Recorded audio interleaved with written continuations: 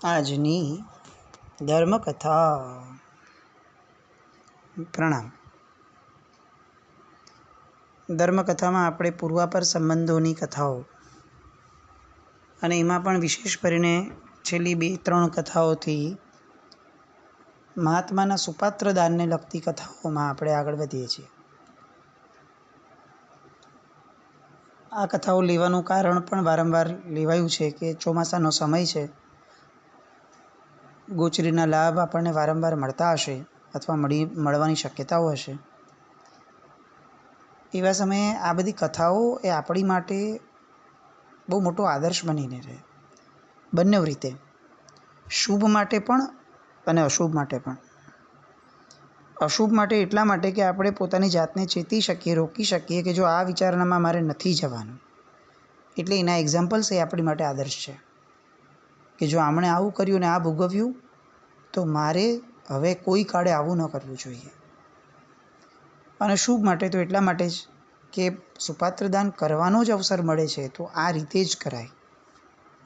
કોઈ પણ ક્રિયાને અંદરના અહોભાવપૂર્વક કરવાથી જે લાભ થાય છે એ લાભ સામાન્ય રીતે કરવાથી નથી જ થતો. અહોભાવ ઊભો ન થયો હોય તો તકલીફ.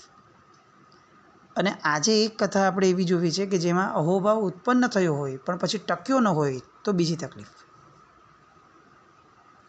આપણા જીવનની કેટલીક આરાધનાઓમાં આપણે આવું વિચારી શકીએ એમ છે કે આપણી હારે આવું થતું હશે કે કોઈક ઉત્તમ આરાધનામાં આપણે શરૂઆતમાં બહુ સરસ જોડાઈ જઈએ, ઉલ્લાસ પ્રગટે, આપણને બહુ આનંદ આવે, અને પછી ક્યારેક એવું થઈ જાય કે યાર હવે આ તો થોડી બોરિંગ થઈ જાય છે, અથવા આ કેમ આપણે કરી, આના કારણે હવે આપણે રોજ કેટલોક સમય આપવો પડે છે. સામાન્ય રીતે આપણે આવી વિચારણામાં ન જ જઈએ પણ કદાચ કોઈ ક્રિયાની અંદરમાં આવ્યો ભાવ આવવાનો શરૂ થયો હોય અથવા આવ્યો હોય પૂર્વમાં, તો આ ભાવ કેટલો ભયંકર છે, કેટલો નુકસાનકારક છે એ દર્શાવતું આ ઉદાહરણ એ આપણે આજે જોઈએ છીએ. બહુ જ પોપ્યુલર નામ છે ધન્યકુમાર. આ એ ધન્નાજી છે કે જે ધન્નાજી શાલિભદ્રજીના બનેવી હતા અને જેમના જીવનની કથાને સાંભળીએ તો આપણને એવું લાગે કે અત્યારે આપણાથી જ સુખી વધારે કદાચ જીવનમાં કોઈ નથી. અને જેમના જીવનનું ચરિત્ર એ આપણને સમજાવે કે આપણે જીવનમાં ગમે તેટલો ધર્મ કર્યો છે પણ ખરેખર ધર્મી કહેવાને લાયક અગર કોઈ વ્યક્તિ છે તો આ જ છે, આપણે તો નથી જ. એવી જેમનામાં ઉદારતા છે, એવું જેમનામાં ગુણિયલપણું છે, એવા ધન્યકુમાર. પણ આજે આપણે એમની કથા નથી જોવાના. આજે આપણે કથા જોવી છે ધન્યકુમારના 3 મોટા ભાઈઓની અને એમના પૂર્વભાવના, એ પૂર્વાપર સંબંધની. ધન્યકુમારને 3 મોટા ભાઈ હતા. જેમણે એમની કથા સાંભળી છે એમને આ કથાનો ભાગ ખ્યાલમાં હશે કે આ 3 ભાઈઓને વારંવાર ધન્યકુમાર પ્રત્યે ઈર્ષા થતી હતી. પોતે સાવ નિર્ભાગી હતા, પોતે કોઈ ધન મેળવી શકે એમ ન હતા. ધન્યકુમાર ધન મેળવે એ પછી 3 ભાઈઓને આપે, પિતાજીને આપે. આ લોકોને ઈર્ષ્યા થાય અને એ લોકો કાવતરું કરીને ધન્યકુમારને ભગાડી દે અને બધું ધન પોતે રાખી લે. ધન્યકુમાર તો નીકળી જાય, પણ જેના પુણ્યથી બધું મળ્યું હતું એ માણસ જ નીકળી ગયો તો લક્ષ્મી કેવી રીતે ટકશે? એટલે આ 3 ભાઈઓ ફરી પાછા નિર્ધન થઈ જાય. નિર્ધન થાય, ફરી પાછા ક્યાંક ભટકતા જાય, ત્યાં એને ધન્યકુમાર દેખાય, ફરી પાછા ધન્યકુમારની સાથે રહેવા જાય. ધન્યકુમાર પણ ફરીથી એમને રાખે, ધન્યકુમાર ફરીથી ધનવાન બને. ફરી એકવાર આવું જ થાય કે એ લોકો એનું ધન પરચાવી પાડે, એને કાઢી મૂકે, પેલા નીકળી જાય. આ લોકો ફરીથી નિર્ધન થાય, ફરી પાછા એ લોકો આગળ ભટકતા જાય અને ધન્યકુમાર મળે, અને ધન્યકુમાર ફરીથી કમાય અને આ લોકોને આપે અને એ લોકોને સમૃદ્ધ કરે. 3 વાર પોતાની બધી જ સંપત્તિ આ ઉદારતાના ધણી એવા ધન્યકુમારે પોતાના ભાઈઓને આપી દીધી, અને 3 વાર આ બધી જ સંપત્તિ ગુમાવી દઈ અને એમના મોટા ભાઈઓ ભિખારી બનીને રહેતા હતા. આપણને ધન્યકુમાર તો ઉદાર લાગે જ, પણ ક્યાંક પ્રશ્ન બી એમ થાય કે એમના ભાઈઓ વારે ઘડીએ કેમ આવી રીતે નિર્ધન થઈ જતા હશે. એટલે એકવાર માણસ કંઈ ગુમાવી દે તો સમજ્યા, આવું 3 વાર થતું હશે. આ થોડું આશ્ચર્ય લાગે આપણને કે ભાઈઓમાં અક્કલ નહીં હોય. જો પોતાના સગા નાના ભાઈને ભગાવી દેવાની અક્કલ છે એ લોકોમાં, તો પોતે જે મેળવ્યું છે એને સાચવી રાખવાની અક્કલ કેમ નહીં આવી હોય. સામાન્ય રીતે આવો પ્રશ્ન થાય આપણને. પણ દરેક પ્રશ્નનો જવાબ ક્યાંક ને ક્યાંક પૂર્વભવ સાથે સંકળાયેલો હોય છે. એટલે હવે આપણે જઈએ એમની પૂર્વભવની કથામાં. સુગ્રામ નામનું એક ગામ હતું. ગામની એક શેરીમાં અડોઅડથી 3 ઘરો હતા. 3 ઘરના રહેવાસીઓ કઠિયારાઓ હતા. પ્રયત્ન કર્યો 3 જણાએ કે બીજો કોઈ વ્યાપાર કરી શકે એમ, પણ જે વ્યાપારમાં હાથ નાખે એમાં બહુ સફળતાને ન પામે અને પૈસા વગર તો ઘર ચાલે નહીં. એટલે છેવટે 3એ નક્કી કર્યું કે આપણે આ કઠિયારાવાળો જે ધંધો છે ને એ જ ચાલુ રાખીએ અને એમાંથી જ પૈસા રળવાનો પ્રયત્ન કરીએ. એટલે 3 જણા જાય ભેગા જંગલમાં, લાકડાઓ કાપે, લઈ આવે, એનું વેચાણ કરે, એમ કરીને થોડું ઘણું ધનનું ઉપાર્જન કરે. પણ 3 જણની અંદરમાં મૈત્રી બહુ સારી, સાહચર્ય જે હતું 3નું એ બહુ જ સારું, સ્નેહભાવ એકબીજા પ્રત્યેનો બહુ જ સારો. એમ કરતાં કરતાં મૈત્રી પણ મજબૂત બનતી જતી હતી અને એ લોકોનું જીવન નિર્વાહ પણ બહુ સરસ રીતે થતો હતો. હવે એકવાર પ્રસંગ એવો બન્યો કે સવારે ભોજન કર્યું અને 3 મિત્રો પછી જંગલમાં ગયા. બપોરના ભોજન માટેનો ડબ્બો લઈને ગયા. આજે આપણે જેને ટિફિન કહીએ છીએ તે. અને આ એમનો નિત્યક્રમ હતો. કામમાં પરોવાયો. 3 જણાએ એકદમ તનતોડ મહેનત કરી અને જે લાકડા કાપવાના હતા એ કાપ્યા. હવે ત્રીજો પ્રહર શરૂ થયો એટલે હવે એમને એવું લાગ્યું કે થોડો આરામ કરીએ, આપણે પાછું બપોર પછીથી કામ કરીને જશું. એટલે આરામ કરવા બેઠા અને ત્યારે રૂટીન પ્રમાણે એમને એમ થયું કે ચાલો હવે થોડો ડબ્બો ખોલી અને કેટલીક વસ્તુ વાપરી લઈએ. 3 જણા ભેગા વાપરવા બેસતા હતા એટલામાં જંગલના એ ક્ષેત્રની અંદરમાં કોઈક જૈન સાધુ ત્યાંથી નીકળી અને ગોચરી માટે નગર તરફ જઈ રહ્યા હોય એવું એમને દેખાયું. એકદમ કૃશ થયેલું શરીર દેખાતું હતું. જૈન ન હતા આ લોકો, પણ ત્યારે આમે ધર્મ જન્મ પ્રમાણે ન હતો, મત પ્રમાણે હતો. એટલે આ લોકોનો મત અલગ, પણ જૈન ધર્મ વિશે એમને ખ્યાલમાં. એટલે મહાત્માને જોઈ અને એમને એવું લાગ્યું કે ચોક્કસપણે આ મહાત્મા અહીંયા જંગલમાં કોઈ મોટું તપ કરવા આવ્યા હશે અને કેટલાય દિવસોથી ભૂખ્યા રહ્યા હશે. એમનું આ જજમેન્ટ, એમની ધારણા સાચી પણ હતી, કારણ કે એ મહાત્મા માસક ક્ષમણના તપસ્વી હતા અને જંગલમાંથી નગર તરફે જઈ રહ્યા હતા પોતાના માસક ક્ષમણના પારણે ગોચરી વોરવા માટે. આ લોકોને એવું લાગ્યું કે ઉનાળાનો સમય છે, મધ્યાહન તપી રહ્યો છે સૂર્ય, અને આ સાધુ ભગવાન તપસ્વી છે. છેક ક્યાંક જંગલમાં આગળથી ચાલતા ચાલતા આવ્યા હશે અને ઉઘાડો પગ છે, એકદમ કંઈ ફીરતા નથી પગમાં, માથું પણ ખુલ્લું છે, મુંડન છે, ધરતી તો આમ તપેલા તવેતા જેવી થયેલી છે અને સૂર્ય તો આગ ઓગતો હોય એવો તપે છે. તો આ મહારાજ સાહેબ કેટલા કષ્ટ સાથે અહીંયા આવ્યા છે, અહીંયા સુધી, અને હજી જો નગર સુધી જશે તો કેટલું ભયંકર કષ્ટ પડશે. એટલે આ 3ના શરીરમાં ધ્રુજારી ઉત્પન્ન થઈ.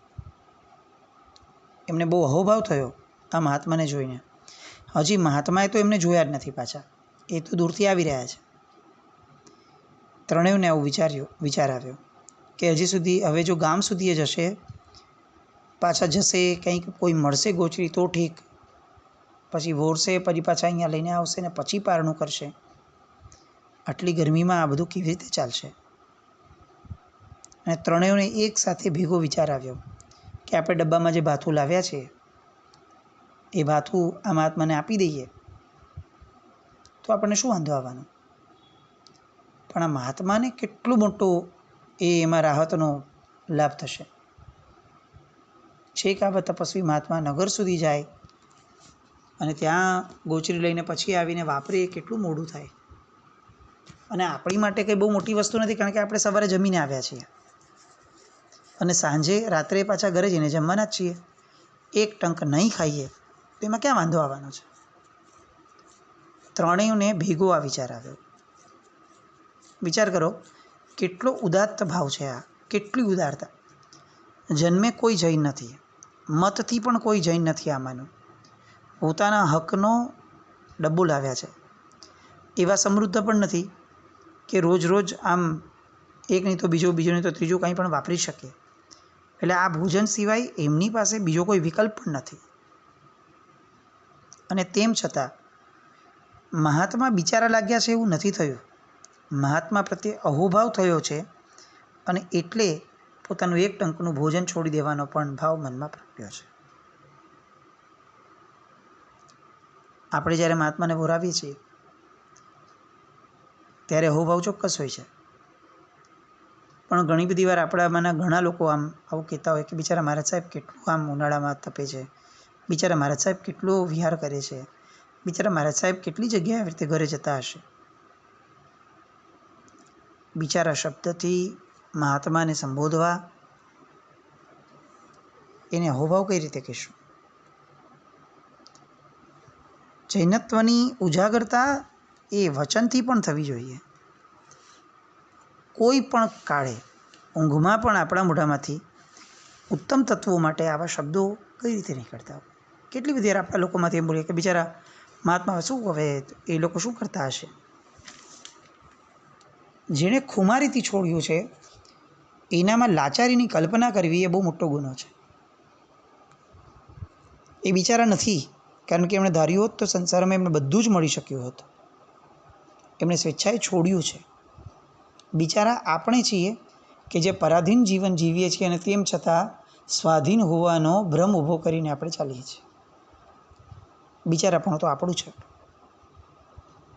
આ ત્રણેયને એ મહાત્મા બિચારા ન લાગ્યા, એ મહાત્મા પ્રત્યે અહોભાવ થયો કે આવું ઉત્તમ જીવન જીવે છે અને છેક નગર સુધી જાય એના કરતાં આપણે જ આપી દઈએ તો શું ખોટું? એક ટંકનું છોડ્યું. ત્રણેય એકબીજા સાથે ડિસ્કશન કરે છે. ત્રણેયને ખ્યાલ આવે છે કે ત્રણેયના વિચારો પૂર્ણપણે એકબીજા સાથે મળતા આવે છે અને એટલે ત્રણેય જણા આગળ વધે છે. પેલા મહારાજની સાથે સામે ત્યાં જાય છે, સામે ચડીને ડબ્બો ખોલે છે. વિનંતી કરતાં તો બહુ આવડતી ન હોય શબ્દોથી વિધિપૂર્વક ખોલીને મહારાજને કહે છે કે મહારાજ અમને લાભ આપો, આ અમારી માટે લાવેલું છે. મહાત્માને જેટલા શબ્દો પ્રશ્નો પૂછવાના હતા એટલા પૂછી લીધા. સંતુષ્ટિકારક જવાબ મળ્યા કે આ એમના નિમિત્તનું નથી, નિર્દોષ છે. એટલે મહાત્માએ એમને એમના ભાવો જોઈ અને ગોચરીનો લાભ આપવા માટેની તક આપી, અનુમતિ આપી. ત્રણેયને એમ થયું કે અધકચરું વોરાવવું એ કેટલું અનુચિત થશે. આવા ઉત્તમ મહાત્મા હોય તો આપણે આખું ને આખું વોરાવી દેવું જોઈએ. પોતાના પાત્રમાંથી અડધું કાઢીને આપવું ને એ પણ શરમજનક છે. એનો અર્થ એ છે કે આપણે બીજા માટે જેટલું વિચારીએ છીએ એટલું જ યા તો આપણા માટે વિચારીએ છીએ યા તો આપણા માટે અધિક વિચારીએ છીએ. અને એવામાં જો સામે ઉત્તમ પાત્ર હોય તો પછી આપણી માટેનો લેશ માત્ર પણ વિકલ્પ કઈ રીતે ચાલે? ત્રણેય બહુ જ ઉછળતા ભાવે મહાત્માને બોલાવે છે અને આખો ડબ્બો ઊંધો કરી દે છે. ત્રણેય જણા મહાત્મા એમના આચાર પ્રમાણે જે એમને કહ્યું હશે તે, અને એ સમયે આ લોકોએ પણ જે વિનયપૂર્વક પોતાનો ભાવ વ્યક્ત કર્યો હશે, એ જે પણ થયું હશે, પણ પૂર્ણ ઉછળતા ભાવથી મહાત્માને આ ત્રણેય બોલાવે છે. પૂર્ણ ઉછળતો ભાવ. મહાત્માએ તો વિહાર કર્યો. ત્રણેયને ખૂબ આનંદ થયો કે આપણને આજે બહુ જ અનેરો લાભ મળ્યો છે. પાછા કામે વળી ગયા. કેટલાક લાકડા બાકડા કાપ્યા. સાંજે એવું લાગ્યું કે હવે તો ભૂખ બહુ લાગી ગઈ છે ભાઈ, થાક્યા શરીરના પરિશ્રમથી. હજી સુધી કોઈ વિકલ્પ નથી, કારણ કે મનમાં હજી ધરપત છે કે જેવા ઘરે જશું એટલે ભોજન તૈયાર હશે, તો આજે ચાલો થોડોક વહેલા વયા છીએ. ઘરે પહોંચ્યા. ઘરે પહોંચીને જુએ છે તો આજે સ્ત્રીઓએ 3માંથી એક પણ ઘરની સ્ત્રીઓએ ચૂલો જ પેટાવ્યો નહોતો. કોઈને કોઈ કારણસર 3 ઘરની અંદરમાં ચૂલો પ્રગટ્યો નહોતો. એટલે હજી તો ચૂલો પ્રગટાવે પછી બધું જમવાનું બનાવે ને કેટલી વાર લાગે. 3 જણ ભેગા થયા અને 3ના મુખમાંથી એક શબ્દ નીકળ્યો કે આપણે તો પેલા મહારાજને ભોરાવીને ફસાઈ ગયા. આ એમને ન ભોરાવ્યું હોત અને આપણે વાપરી લીધું હોત તો આપણું પેટ ભરાયેલું હોત તો અત્યારે આપણે આટલા દુઃખી ન હોત. આ અત્યારે ભૂખ વગર આપણે કેવા ટળવળીએ છીએ. ભોજન નથી, ભૂખ ચિક્કાર છે અને ખાવા કંઈ જ નથી. બીજા તો કોઈને કંઈ વાંક કાઢી શકે એમ હતા નહીં. એટલે પોતે કરેલા સુકૃતનો વાંક કાઢવાનું શરૂ થયું. 3 જણા ભેગા મળીને 3 વાર નિશાસા નાખે છે. આ આપણે ખોટું આમને આ બધું આપી દીધું. 3 વારના બોલાયેલા એ શબ્દો. આ શબ્દોએ 3 વાર મળેલી બધી જ સંપત્તિ ગુમાવીને નિર્ધન બની ભિખારીપણામાં લાવવાનું ફળ આ 3 શબ્દોએ આપ્યું, 3 નિશાસાએ આપ્યું. સુપાત્રદાનનો ઉત્તમ ભાવ હતો. ઉત્તમ બોરાવેલું એટલે પુણ્ય ચિક્કાર મળ્યું. પોતે શ્રેષ્ઠીના ઘરે જન્મ્યા અને ધન્નાજીના મોટાભાઈ તરીકે જન્મ્યા. કેવું પુણ્ય જોઈએ! અને પુણ્ય પાછું હજી જગારા મારતું કે પોતે કંઈ જ ન કમાઈ શકે તેમ છતાં રાજસી વૈભવ કહી શકાય એવો વૈભવ ભોગવતા, કારણ કે ધન્યકુમાર કમાવીને એમને જ આપતા. 3નું પુણ્ય જગારા મારતું. પણ પેલો નિશાસા જે 3 વારના નાખ્યા હતા, ફક્ત 3 વારના બોલાયેલા શબ્દોના કારણે 3 વાર દરિદ્ર થઈ, ભિખારી થઈ અને એ લોકોએ જીવન જીવવું પડ્યું. જીવનમાં આપણે આ વસ્તુને ખરેખર આંખ સામે રાખવા જેવી છે. આમ જોવા જઈએ તો એ લોકોએ ખોટું કંઈ બહુ વિશેષ નથી કર્યું. બ્રાહ્મણની જેમ મહાત્માને બોરાવેલી ગોચરી પાછો લઈ આવવાનો ભાવ નથી થયો કોઈને. એમણે તો બોરાવ્યું જ હતું, મહાત્માએ વાપર્યું જ હશે, માસક્ષમણનું પારણું પણ કર્યું હશે, એટલે લાભમાં તો કંઈ ઉત્તમતામાં ઓછપ હતી જ નહીં. પણ સુકૃત કર્યા પછીથી એના માટે કરાયેલો એક પણ નબળો વિચાર એ સુકૃતના ફળને કેવી રીતે ખતમ કરી નાખે છે, આ એનું એક્ઝામ્પલ છે. એમને કેટલા બધા પુણ્યના ઉદય મળ્યા. રાજગુરી નગરી મળી, આવા શ્રેષ્ઠીવર્ય મળ્યા, એના પુત્ર થવાની તક મળી. પણ આ બધા પુણ્યની વચ્ચે પેલા 3 નિશાસાઓએ જે કામ કર્યું ને, એ આ પુણ્ય પણ સામેને ટક્કર ના આપી શકે. ધન્નાજીના વડીલ બંધુઓના પૂર્વભાવની વાતો એ આપણને જાગ્રત રાખવામાં મદદરૂપ બને. કોઈ પણ ધર્મક્રિયા માટે અફસોસ ન મનથી આવે, ન વચનથી આવે, ન ક્રિયાથી આવે.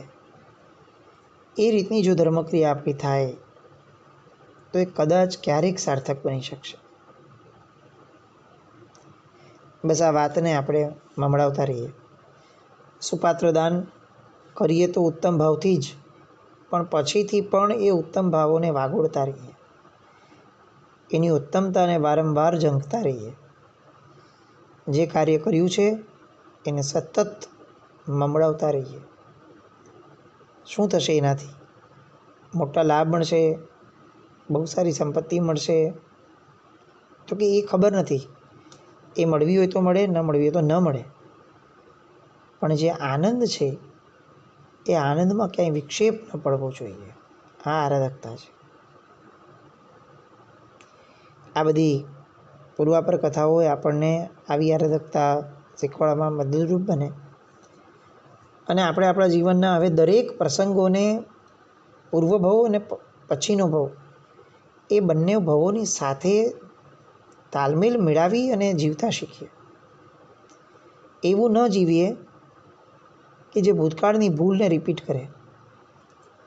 એવું પણ ન જીવીએ કે જે ભવિષ્યકાળમાં ભૂલ કરવા માટે પ્રેરે. એવું જીવીએ કે જે આપણો વર્તમાન પણ સુધારે અને આપણો ભવિષ્યકાળ પણ સુધારે.